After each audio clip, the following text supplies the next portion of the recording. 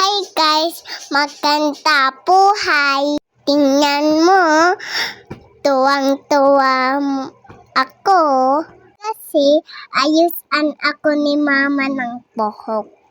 Gusto ko yan. Kasi sabi ko kay mama, ganyan tali gusto ko. Kukulot niya yung buhok ko. Grabe, galiti ako dyan. Ganyan pala yun. Tingnan nyo, ang ganda ni Tipa. Oo, ulit ni Mama. Ang ganda pang kulit na.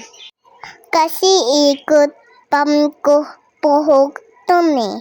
Tingnan nyo, ang ganda. Sana ikinkantahin ako pagtapos ni Mama ayusin. Kapila naman. Matatapos na. Started na ako. Katuwa naman.